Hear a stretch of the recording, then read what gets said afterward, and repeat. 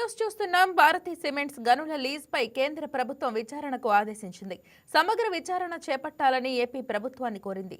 Raghuram cement company YSR సీఎంగా ఉన్న సమయంలో భారతీ సిమెంట్ గా మారింది.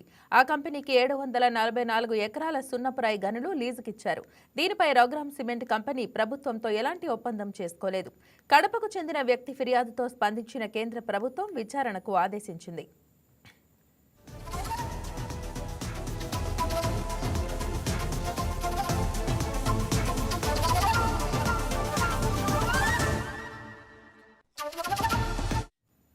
వేలం ద్వారానే లీజులు దక్కించుకోవాలనే నిబంధన ఉన్నప్పటికీ భారతీ సిమెంట్, ఏసీసీ, రామ్కో సిమెంట్లకు పాత పద్ధతిలో కేటాయించిన విషయంపై కేంద్ర గనుల శాఖ దృష్టికి వచ్చింది. వీటిపై చర్యలు తీసుకోవాలని కేంద్ర గనుల శాఖ కొంతకాలం కిందట ఏపీ ప్రభుత్వాన్ని ఆదేశించింది. లీజులు రద్దు చేయటమే ఏకైక మార్గమని ప్రభుత్వం ఓ నిర్ణయానికి వచ్చినట్లు తెలిసింది. ఇదే అంశంపై మరింత సమాచారం మా స్పెషల్ కరెస్పాండెంట్ రాజేష్ అందిస్తారు. రాజేష్, చెప్పండి, మరి భారతీ సిమెంట్స్ లీజును రద్దు చేస్తారని ప్రచారం అయితే జరుగుతోంది. మరి అసలు భారతీ సిమెంట్ కంపెనీపై ఉన్న ఆరోపణలు ఏంటి? మీ దగ్గర ఉన్న వివరాలు తెలియజేయండి. ఖచ్చితంగా అయితే పూర్తిగా భారతీయ సిమెంట్కి సంబంధించి అటు కేంద్ర ప్రభుత్వం నుంచి పూర్తిగా అయితే ఇప్పటికే కొన్ని గైడ్ లైన్స్ వచ్చినట్టుగా తెలుస్తుంది.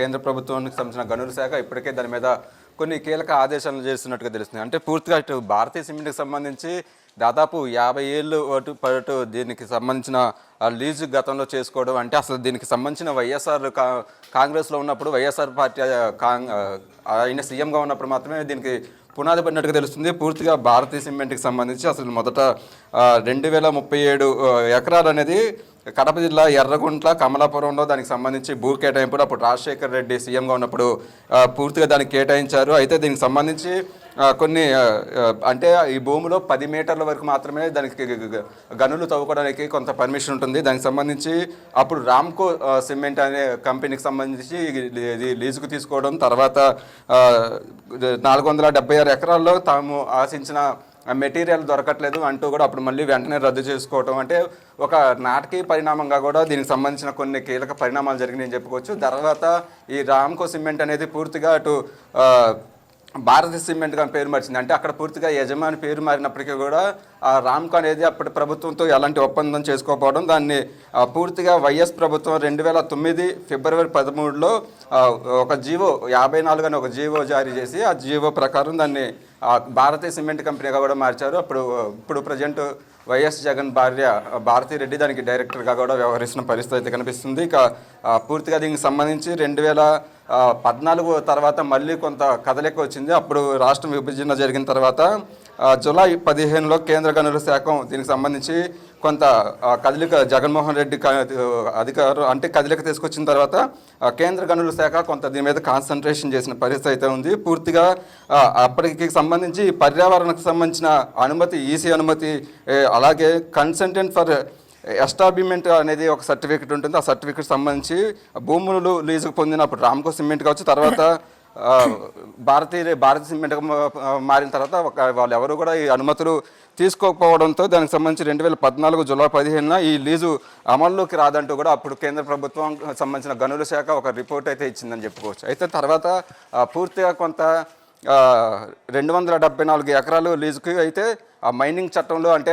అంతకుముందు కొంత మైనింగ్ చట్టానికి సంబంధించి బేస్ చేసుకుని రాజశేఖర రెడ్డి ఉన్నప్పుడు జీవో తీసుకొచ్చిన 54తో కొంత 744 ఎకరాల్లో అయితే దీనికి సంబంధించిన కొంత మైనింగ్ పనులు అయితే స్టార్ట్ అయినాయని చెప్పుకోవచ్చు. తర్వాత 1957 ఎంఎండిఆర్ అనేది ఒక చట్టం తీసుకురావడం, తర్వాత 2015లో పూర్తిగా వీటన్నిటిని మొత్తం సవరించి కేంద్ర ప్రభుత్వం ప్రత్యేకంగా కొన్ని క్లాజులు తీసుకురావడం, అంటే 10 క్లాజ్ ఏ అనే ఒక క్లాజ్ని తీసుకొచ్చి అప్పటి వరకు ఉన్న చట్టాలకు సంబంధించిన లీజులు మొత్తం కూడా అనుమతి చేసి మళ్ళీ వాళ్ళకి కొంత సమయం ఇచ్చారు. దాదాపు 6 నెలల పాటు మళ్ళీ కొత్తగా అప్లై చేసుకోవడం, అంటే అప్పుడు దాకా ఒక పద్ధతి ఉంది. తర్వాత ఈ వేలంపాట అనే వేలంపాట ద్వారా అనుమతులు ఇచ్చే విధంగా దానికి సంబంధించిన పర్యావరణం, పొల్యూషన్కి సంబంధించిన సర్టిఫికెట్ కావచ్చు, ఆ గనులకు సంబంధించిన పూర్తి ఆ సర్టిఫికెట్ అనేది అమల్లోకి తీసుకొచ్చింది. దానికి సంబంధించి 2015లో ఒక కేంద్ర ప్రభుత్వం ఒక చట్టం తీసుకురావడం, దీన్ని కూడా అటు భారతీయ సిమెంట్ మళ్ళీ అప్పుడు కూడా ఎలాంటి అనుమతులు లేకుండా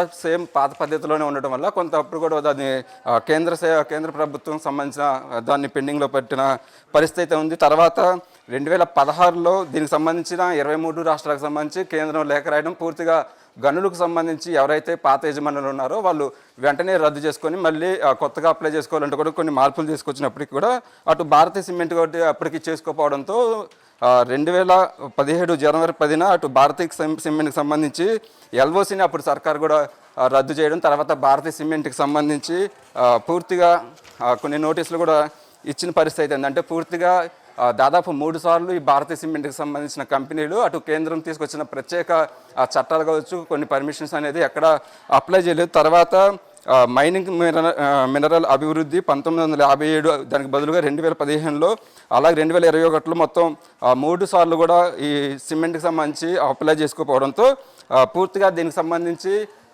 లీజులు అయితే రద్దని తర్వాత అటు 2019లో వైసీపీ ప్రభుత్వం వచ్చిన తర్వాత కొంత కదలికలు అయితే వచ్చిన పరిస్థితి అయితే ఉంది. దాని తర్వాత ప్రత్యేకంగా అప్పుడు రాష్ట్ర ప్రభుత్వానికి సంబంధించిన కార్యదర్శి అటు హైకోర్టుకు వెళ్ళడం, హైకోర్టులో కూడా దీనికి సంబంధించిన కేసులు నడుస్తూ ఉంటే న్యాయ సలహాదారులు సలహా తీసుకొని పూర్తిగా 54 క్లాస్ ఏ ప్రకారం ఇది రద్దు చేసాం కాబట్టి దీనికి వెంటనే అనుమతులు ఇవ్వాలంటూ చెప్పిన పరిస్థితుల్లో అటు కేంద్ర ప్రభుత్వం కూడా హైకోర్టు కూడా వెంటనే దానికి సంబంధించిన కొంత స్టే ఇవ్వడం, అంటే కొన్ని లీగల్గా అటు జగన్మోహన్ రెడ్డి అడ్డం పెట్టుకొని లీగల్గా వాటికి ముందుకు వెళ్ళడం, పూర్తిగా కొన్ని రోజుల పాటు దానికి సంబంధించి భారతీయ సిమెంట్కి సంబంధించిన అనుమతులు వచ్చేలాగా కొన్ని చర్యలు తీసుకోవడం, దానికి సంబంధించిన న్యాయ సలహాలు తీసుకోవడం ఇవన్నీ జరిగిన సందర్భంలో మళ్ళీ 2023కు సంబంధించి వెంటనే అటు భారతీయ సిమెంట్కి సంబంధించి గతంలో ఉన్న మైనింగ్ లీజులు అనేది మళ్ళీ అమలయ్యే విధంగా కొన్ని చట్టాలు తీసుకొచ్చి జీవో జారీ చేయడం, దాంతోపాటు రామ్కో సిమెంట్కి సంబంధించి ప్రత్యేకంగా జగ్గయ్యపేటలో దాదాపు 290 ఎకరాల భూమి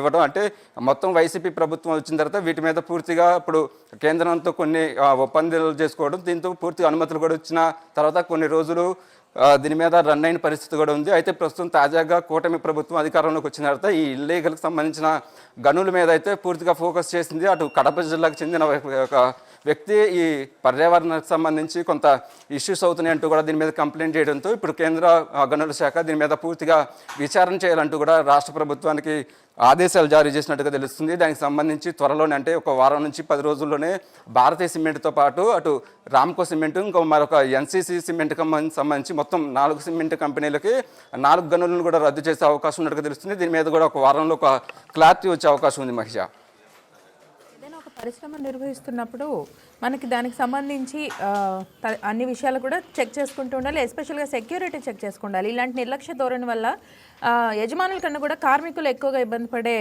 అవకాశం అయితే ఎక్కువగా ఉంటుంది. సో దీని పట్ల వైసీపీ ప్రభుత్వం నిర్వహించిన విధానమే ఇక్కడ ఈ కంపెనీ కూడా అవలంబించిందని మనం భావించవచ్చా, లేదా మళ్ళీ మనమే వస్తాం అధికారంలో కన్నా ఒక వాళ్ళ ధీమా కనిపిస్తుందా?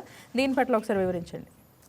ఖచ్చితంగా అయితే ఈ కంపెనీకి సంబంధించి అటు భారతీ రెడ్డి డైరెక్టర్గా ఉన్న తర్వాత అంతకుముందు గతంలో కూడా రాజశేఖర రెడ్డి వాళ్ళ నాన్నగారు ఉన్నప్పుడే దీనికి కంపెనీకి అనుమతులు ఇవ్వటం, తర్వాత అటు సెంట్రల్ గవర్నమెంట్లో ఉన్న చట్టాలను కూడా తీసుకోకుండా రాష్ట్ర ప్రభుత్వం కొన్ని ప్రత్యేకమైన జీవోలు జారీ చేయడం, అంటే తమ అనుకున్న విధంగా కూడా లీజుకు సంబంధించిన పర్మిషన్ వస్తాయని అప్పుడు అనుకున్నప్పటికీ కూడా కొంత కేంద్రంకి సంబంధించిన గనుల శాఖ ఇన్వాల్వ్మెంట్ అయితే ఉంటుంది. వాళ్ళు గతంలో జగన్మోహన్ రెడ్డి కూడా అటు 2019 అధికారంలోకి వచ్చిన తర్వాత 2020లో కోవిడ్ టైంలో కూడా ప్రత్యేకంగా ఆయన కేంద్ర ప్రభుత్వాన్ని రిక్వెస్ట్ చేసిన నేపథ్యంలో అప్పుడు కేంద్ర ప్రభుత్వం వచ్చి పూర్తిగా ఇక్కడ ఉన్న పరిస్థితుల మీద కూడా అధ్యయనం చేసిన తర్వాత అసలు 3 సార్లు దీనికి రద్దయిన టైంలో మళ్ళీ ఎలాగ అనుమతులు ఇస్తామంటూ కూడా కొన్ని ఆయన అప్పుడు ప్రభుత్వం సంబంధించిన అధికారులు కూడా ప్రశ్నించినట్టుగా తెలుస్తుంది. వెంటనే అప్పుడు లీగల్గా జగన్మోహన్ రెడ్డి కొంత అప్పటి గనుల శాఖకు సంబంధించి ఒక కార్యదర్శిని తమకు అనుకూలంగా ఉన్న వాళ్ళని నియమించుకోవడం, తర్వాత హైకోర్టులో ఉన్న కేసుకు సంబంధించి ఇది రాష్ట్ర ప్రభుత్వం ప్రత్యేకంగా జీవో వచ్చింది, దీన్ని రద్దు చేయడానికి అవ్వదంటూ కూడా కొంత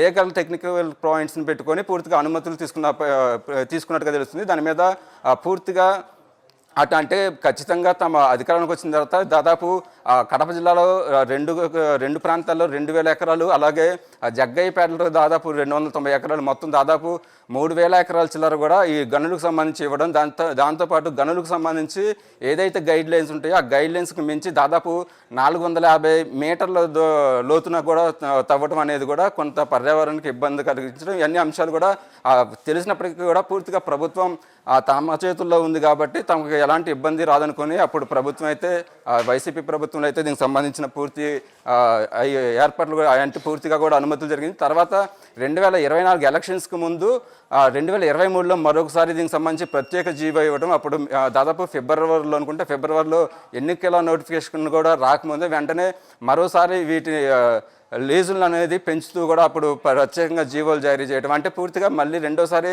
తామే అధికారంలోకి వస్తాం కాబట్టి ఎలాంటి ఇబ్బందులు ఉండవనేసి అనుకున్నప్పటికీ ప్రత్యేకంగా కూటమి ప్రభుత్వం దీని మీద అధికారంలోకి వచ్చిన తర్వాత ఈ ల్యాండ్కి సంబంధించి కావచ్చు, గనులకు సంబంధించి ప్రత్యేకంగా ఫోకస్ చేసింది. లాస్ట్ టైం అటు మాచర్లో మరి సిమెంట్ కంపెనీకి సంబంధించి భారతీయ సిమెంట్కి సంబంధించి అక్కడ మాచర్లో ఉన్న భూములను కూడా అప్పుడు డిప్యూటీ సీఎం విజిట్ చేయడం. ఏదైతే అటు ఫారెస్ట్ ల్యాండ్ కావచ్చు, అలాగే అనుమతులకు సంబంధించిన ఏదైతే ఇన్లీగల్ ల్యాండ్స్ ఉంటాయి వాటి మొత్తం మీద కూడా రద్దు చేస్తామంటూ కూడా గతంలోనే చెప్పిన పరిస్థితి అయితే ఉంది. ఇప్పుడు దీనికి సంబంధించి కేంద్రం గనుల శాఖ ముందుకు రావడం, వెంటనే గతంలో వాళ్ళు 3 సార్లు దీని మీద విజిట్ చేశారు, 3 సార్లు దీని మీద అధ్యయనం చేశారు. కాబట్టి ఎందుకు ఇంకా వీటి పర్మిషన్లు అనేది 2023లో అటు వైసీపీ అప్పుడు అధికారంలో ఉన్నప్పుడు ఇచ్చినప్పటికీ ఇంకా ఎందుకు రద్దు కాలేదంటూ కూడా ఇప్పటికే అటు రాష్ట్ర ప్రభుత్వాన్ని కూడా ఆదేశించిన పరిస్థితి అయితే ఉంది. సో దీని మీద వెంటనే ఆ రాష్ట్ర ప్రభుత్వానికి సంబంధించిన అధికారులు కూడా వెంటనే అలర్ట్ అయ్యారు. పూర్తి స్థాయిలో వీటి మీద ఎంక్వైరీ అనేది ఇప్పటికే ఆల్రెడీ చేస్తున్నట్టుగా తెలుస్తుంది. వెంటనే వారం నుంచి ఒక 10 రోజుల్లో ఈ 4 కంపెనీలకు సంబంధించి దాదాపు 3000 ఎకరాల భూములు ఆ గనులు అనేది రద్దు చేసే విధంగా కూడా త్వరలోనే చర్యలు తీసుకుంటామంటూ కూడా అటు రాష్ట్ర ప్రభుత్వం నుంచి కూడా కొంత అధికారులు కూడా స్పందిస్తున్న పరిస్థితి అయితే ఉంది. Mahesh, thank you.